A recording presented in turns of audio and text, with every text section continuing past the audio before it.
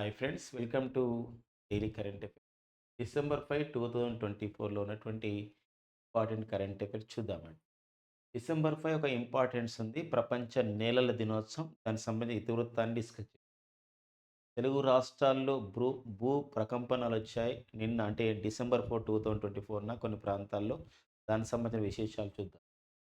Millionaire farmer of India 2024 అవార్డుని మన తెలుగు రాష్ట్రాలకు చెందిన ఒక రైతుకి ఇవ్వడం జరిగింది. Indian council for the agriculture research వారు. దానికి సంబంధించినటువంటి విశేషాలు చూద్దామండి. అండ్ నెక్స్ట్ వచ్చేసి మనకి ఆంధ్రప్రదేశ్ రాష్ట్ర మంత్రి మండలి ఒకన అమరజీవి పొట్టి శ్రీరాములు యొక్క వర్ధంతిని డిసెంబర్ 15ని ఆత్మార్పణ దినోత్సవంగా జరుపుకోవాలని నిర్ణయించడం జరిగింది. దానికి సంబంధించిన విశేషాలు చూద్దాం. అంతేకాకుండా విజయవాడలో నాబార్డ్ ప్రాంతీయ కార్యాలయాన్ని ప్రారంభించడం జరిగింది. దానికి సంబంధించిన విశేషాలు చూద్దాం. తెలంగాణ రాష్ట్ర ప్రభుత్వం, అంటే అనుమల రేవంత్ రెడ్డి గారు ముఖ్యమంత్రి అయి, అంటే తెలంగాణ కాంగ్రెస్ ప్రభుత్వం ఏర్పడి ఒక సంవత్సరం అవుతున్న నేపథ్యంలో తెలంగాణలో సీఎంస్ కప్స్ పేరుతో వివిధ క్రీడలు జరుగుతూ ఉన్నాయి. దానికి సంబంధించిన విశేషాలు చూద్దాం. జిగ్మే కేసన్ నాంగ్మల్ వాంగ్చుక్ భూటాన్ రాజు ఈరోజు రేపు డిసెంబర్ 5 అండ్ 6, 2024లో భారత్లో పర్యటిస్తున్నారు. దానికి సంబంధించిన విశేషాలు చూద్దాం. సో మరో విజయం ఈరోజు, అంటే డిసెంబర్ 5, 2024న ఇస్రో చేత పిఎస్ఎల్వి C-59 రాకెట్ ద్వారా ప్రోబా 3 మిషన్ విజయవంతం కావడం జరిగింది ఈ రోజునే. సో దానికి సంబంధించిన విశేషాలు చూద్దామండి. ఇంకా మరికొన్ని స్పోర్ట్స్ అప్డేట్స్ ఉన్నాయి, దానిపైన చూద్దాం. ఇవన్నీ మనకి డిసెంబర్ 5, 2024లో ఉన్నటువంటి కరెంట్ అఫైర్స్. సో మన కరెంట్ అఫైర్స్ వివరణలోకి వెళ్ళే ముందు ఒక చిన్న అంశం. మన బిషబస్ సార్ ఆన్లైన్ క్లాసెస్ యాప్ ద్వారా మనకి 1 ఇయర్ కోర్స్ అనేది ప్రారంభించబడింది. సో మంచి రెస్పాన్స్ అనేది వస్తున్న నేపథ్యం ఉంది. ఒక 1 ఇయర్ వ్యాలిడిటీతో ఈ సంవత్సరం జనవరి నుంచేని 2024 జనవరి నుంచేని డిసెంబర్ వరకు ఉన్నటువంటి అన్ని అప్డేట్స్ అందులో పొందుపరచడం జరుగుతూ ఉంది.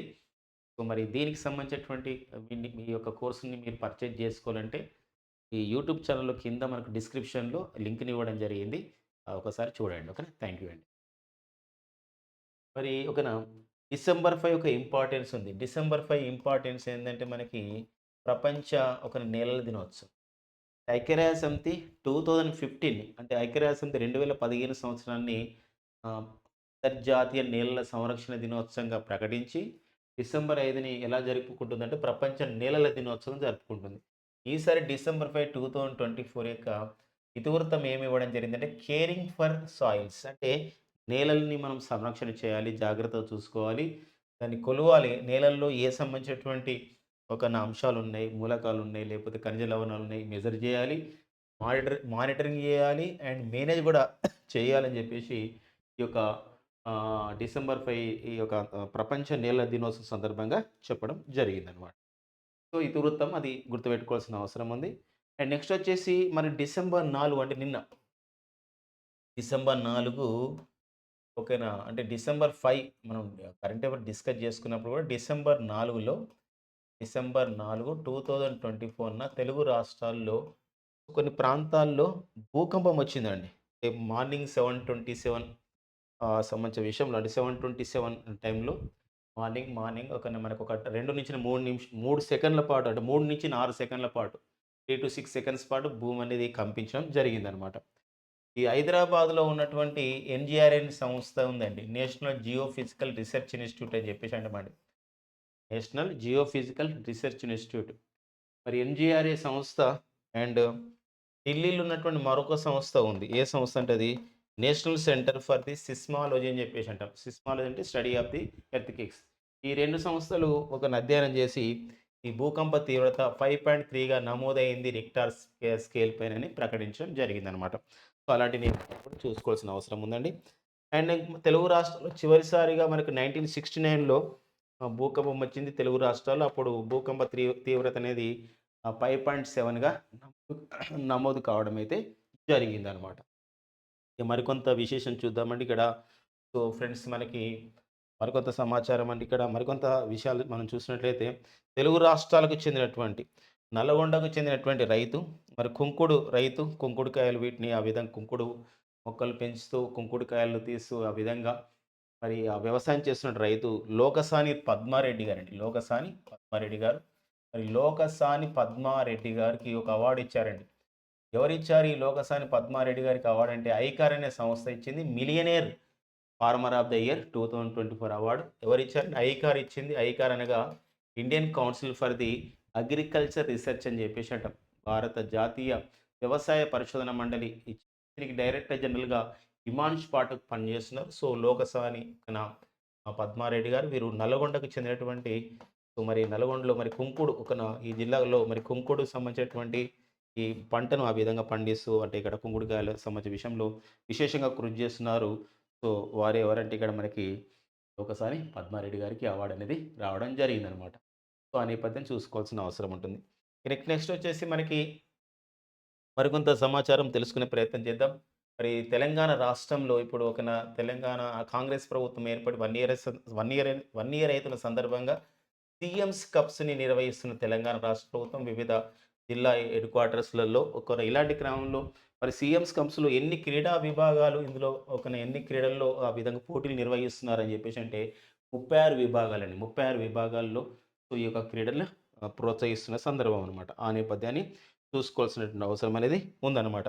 దీంతో పాటుగా మరికొంత సమాచారం మనం చూసినట్లయితే భూటాన్ రాజు అండి. భూటాన్ రాజు వచ్చేసి ఇక్కడ ఎవరంటే జిగ్మే కేసర్ జిగ్మే కేసర్ జిగ్మే కేసర్ సో న్యాంగ్మల్ వాంగ్చుక్ అని చెప్పేసి అంటామండి. ఇతను భూటాన్ రాజు, భూటాన్ అధ్యక్షుడు.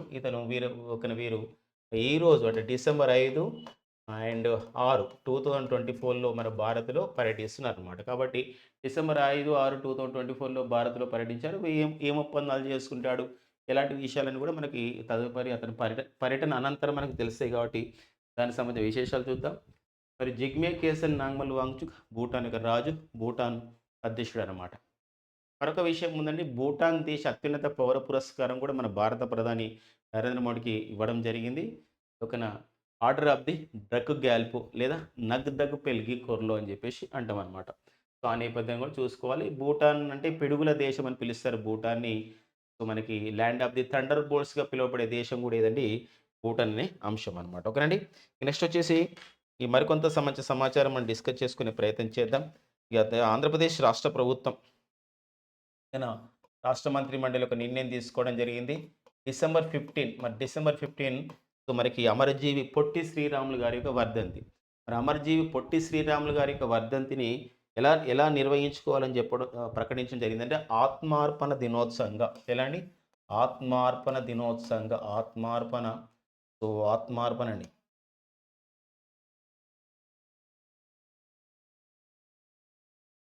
ఆత్మార్పణ దినోత్సవంగా జరుపుకోవాలని చెప్పేసి ఆంధ్రప్రదేశ్ రాష్ట్ర మంత్రి మండలి నిర్ణయించుకోవడం జరిగింది. సో అట్లా మనకు ఒక దినోత్సవాల పైన కూడా గడుపుతున్న నేపథ్యం. మరొక విషయం ఉందండి ఆంధ్రప్రదేశ్ రాష్ట్రానికి సంబంధించిన విషయంలో నాబార్డ్. సో మనకి శివరామన్ కమిటీ సూచనల మేరకి 1982 జూలై 12 ఏర్పాటు చేయబడ్డ సంస్థ నాబార్డ్. ముంబై కేంద్రంగా పనిచేసిన సంస్థ నాబార్డ్. కేఎన్ షాజీ ప్రజెంట్ చైర్మన్గా ఉన్నారు నాబార్డ్కి. మరి నాబార్డ్ యొక్క ప్రాంతీయ కార్యాలయం మనకి హైదరాబాద్లో ఉంది. అదేవిధంగా సో ఇప్పుడు నాబార్డ్ యొక్క ప్రాంతీయ కార్యాలయాన్ని విజయవాడలో ప్రారంభించడం జరిగింది. త్వరలోనే అమరావతిలో, రాష్ట్ర రాజధాని అమరావతిలో ఒక ప్రత్యేక స్థలంలో దాన్ని నిర్మించబోతున్నట్టు కూడా ప్రకటించడం జరిగిందనమాట. ఆ సంబంధించిన విశేషాన్ని మనకు ఒక ప్రాంతీయ అంతర్జాతీయ అంటే జాతీయ అంశంగా చూసుకోవాల్సినటువంటి అవసరం ఉందన్నమాట. దీని తర్వాత మరికొంత సమాచారం మనకు ఉందండి. ఇక్కడ ఒక సంబంధించిన విషయం మనం చూసినట్లయితే ఇక్కడ 10వ ఇండియా ఇంటర్నేషనల్ సైన్స్ ఫెస్టివల్ జరిగిందండి. 10వ ఇండియా 10th భారతదేశ అంతర్జాతీయ సైన్స్ ఉత్సవం. మరి భారత అంతర్జాతీయ సైన్స్ ఉత్సవం అనేది సో 10వ భారత అంతర్జాతీయ సైన్స్ ఉత్సవం అనేది ఎక్కడ నిర్వహించుకోవడం జరిగిందంటారు? సో ఎక్కడ నిర్వహించుకోవడం జరిగింది? భారత అంతర్జాతీయ సైన్స్ ఉత్సవాన్ని ఎక్కడ నిర్వహించారు? నవంబర్ 30 నుండి డిసెంబర్ 4, 2024లో ఎక్కడ నిర్వహించుకోవడం జరిగిందంటే గువహతిలో, అంటే అస్సాంలోని గువహతిలో నిర్వహించుకోవడం జరిగింది. మనకి ఇది సదస్సు ఎక్కడ నిర్వహించారు? 2 క్వశ్చన్స్ మనకు అడుగుతున్న నేపథ్యం ఉంటుంది కాబట్టి ఆ విషయాలు మనం గుర్తుపెట్టుకోవాల్సిన అవసరం అయితే ఉంటుందండి. నెక్స్ట్ వచ్చేసి మరికొంత సమాచారం ఉందండి మనకు. సో దీంతో పాటుగా మరికొంత సమాచారం మనకి ఇవ్వడం జరిగింది. సో అదేంటంటే ఇక్కడ మనకి ఈరోజు డిసెంబర్ 5, 2024 సాయంత్రం మనకి ISRO Indian space research organization Satish Dhawan space సెంటర్లో మనకి PSLV C-59 అనే ఒక వాహక నౌక ద్వారా సో, ప్రోబా 3 అని చెప్పేసి ఒక అంటే ఇది యూరోపియన్ స్పేస్ ఏజెన్సీకి సంబంధించినటువంటి మిషన్. ఇది విజయవంతంగా ప్రయోగించడం జరిగిందండి. ఇందులో 2 ఉపగ్రహాలు ఉంటాయన్నమాట. ఈ 2 ఉపగ్రహాలు కూడా విజయవంతంగా ప్రయోగించడం జరిగింది. ఒక ఉపగ్రహం పేరొచ్చేసి ఇక్కడ ఒక కరోనాగ్రాఫ్ అండి ఒకటి. అంటే సూర్యుని యొక్క బాహ్య ఉపరితలాన్ని అధ్యయనం చేసే కరోనాగ్రాఫ్ అనే ఒక ఉపగ్రహం. అంతేకాకుండా మరొకటి అకల్టర్ అనే ఒక ఉపగ్రహం అనమాట. ఈ కరోనాగ్రాఫ్ అనే ఉపగ్రహం అనేది 310 కిలోలుంది. అండ్ నెక్స్ట్ వచ్చేసి ఇది ఒక అకల్టర్ అనే ఉపగ్రహం వచ్చేసి 240 కిలోలు. మొత్తం 550 కిలోగ్రాములు ఉన్నటువంటి ఉపగ్రహాన్ని ఈ ప్రోబా 3 మిషన్‌ని పిఎస్ఎల్‌వి C-59 ద్వారా విజయవంతంగా పంపించడం జరిగిందనమాట. అసలు ప్రోబా అంటే ఏందంటారు? ప్రోబా అంటే ఏందంటే ఇక్కడ ప్రాజెక్ట్ ఫర్ ఏ ఇక్కడ ప్రాజెక్ట్ ఏ అంటే ప్రాజెక్ట్ పిఆర్ అంటే project for a project for on board anatomy అని చెప్పేసి అంటామండి. ఏదని ఆన్ బోర్డ్ అనాటమీ అని చెప్పేసి అంటాం. ఆన్ బోర్డ్ అనాటమీ అంటారు. సూర్యుడి యొక్క బాహ్య ఉపరితలాన్ని అధ్యయనించడానికి ఒక ప్రోబ్ అనేది ఉపయోగపడుతుంది. మనం కూడా ఇప్పుడు ఆదిత్య L1 అనే మిషన్‌ని మనం పంపించడం జరిగింది గతంలోనే. సో, ఇది మనకి ఇంపార్టెంట్‌గా చూసుకోవాలి. ఇది ఒక వాణిజ్య సంబంధించినటువంటి ఒక మిషన్‌గా చెప్పుకోవచ్చు. వాణిజ్య అంతరిక్ష కార్యక్రమంగా. ఇందులో ఇస్రోతో పాటు న్యూ స్పేస్ ఇండియా లిమిటెడ్ అనే మన భారత సంస్థ కూడా ఇందులో ఈ యొక్క విజయంలో భాగం పంచుకోవడం జరిగింది. ఈ కార్యక్రమంలో భాగం పంచుకోవడం జరిగిందనమాట. సో, ఈ పిఎస్ఎల్‌వి ద్వారా ఇది ఎన్నో ప్రయోగం అంటే పిఎస్ఎల్‌వి ద్వారా చేసిన మొత్తం ఎన్నో ప్రయోగం అంటే 61వ ప్రయోగం. సో, ఇంతవరకు పిఎస్ఎల్‌వి అంటే పోలార్ శాటిలైట్ లాంచ్ వెహికల్ ద్వారా 61 ప్రయోగాలు చేస్తే 59 కూడా సక్సెస్ కావడం అయితే జరిగిందనమాట. ఓకేనండి. సో, ఈ పాయింట్‌కి సంబంధించిన విషయాన్ని మనం ఖచ్చితంగా గుర్తుపెట్టుకోవాలి. ఉపగ్రహాలు ఏవి?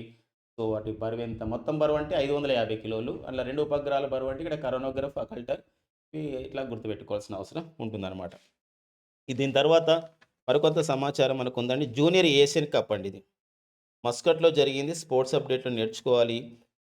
జూనియర్ అంటే ఏసియా అంటే ఆసియా ఖండంలో మనకు అంటే జూనియర్ వాళ్ళనమాట.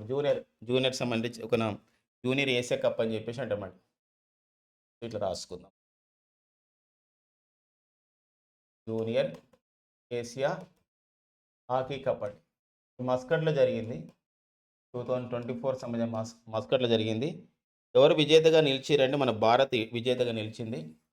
ఎవరిపైన విజేతగా నిలిచిందంటే ఇక్కడ ఎవరిపైన గెలిచి ఈ సంబంధించి ఘనతను సాధించింది. మరి రన్నర్‌గా ఎవరు ఉండడం జరిగిందంటే పాకిస్తాన్ అన్నమాట. పాకిస్తాన్ రన్నర్‌గా ఉంది. భారత్ వరుసగా 3 విజయాలు సాధించింది. భారత్ వరుసగా 3 విజయాలు సాధించింది. హ్యాట్రిక్. ఈ యొక్క ఆసియా కప్‌ని, జూనియర్ ఆసియా కప్‌ని మొత్తం మీద 5 సార్లనమాట. మొత్తం మీద 5 సార్లు గెలుచుకుంది. సో, ఆ సంబంధించిన పాయింట్‌ని మనం గుర్తుపెట్టుకోవాల్సిన అవసరం అయితే ఉంది. ఇవ్వండి మనకి డిసెంబర్ 5, 2024 ఉన్న current affairs. Thank you friends and